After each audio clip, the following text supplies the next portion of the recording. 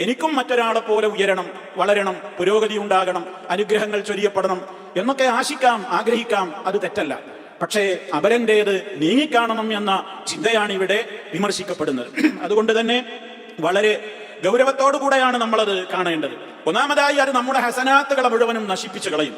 നമ്മൾ ചെയ്യുന്ന നന്മകളെ അസൂയ തിന്നു കളയും എന്നാണ് ഇസ്ലാം നമുക്ക് പഠിപ്പിച്ചു തരുന്നത്. മനുഷ്യനെ നിഷിദ്ധങ്ങളിൽ കൊണ്ടുപോയി ചാടിക്കും. ഹറാമായ കാര്യങ്ങൾ ചെയ്യാൻ പിന്നെ മനുഷ്യന് പറയാനോ ചെയ്യാനോ മടിയുണ്ടാവില്ല. നല്ല നിലക്ക് നടന്നു പോകുന്ന ബന്ധങ്ങളെ അത് മുറിച്ചു കളയും.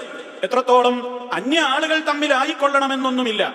സ്വന്തം സഹോദരങ്ങളുടെ പേരിൽ പോലും ആ നിലക്കുള്ള ഒരു രോഗം വന്നു കഴിഞ്ഞാൽ ആ ബന്ധങ്ങൾ വളരെ ഗുരുതരമായി അധപ്പതിക്കുമെന്ന് മാത്രമല്ല, ഒരു വേള അവനെ തട്ടിക്കളഞ്ഞാലോ എന്നുവരെ തോന്നുന്ന അധമ വികാരത്തിലേക്ക് മനുഷ്യനെ അത് നയിക്കും. അപരന്റെ അനുഗ്രഹങ്ങൾ നഷ്ടപ്പെട്ട് കാണണം എന്നുള്ള അധമ ചിന്തയാണ് അസൂയ എന്ന് പറയുന്നത്.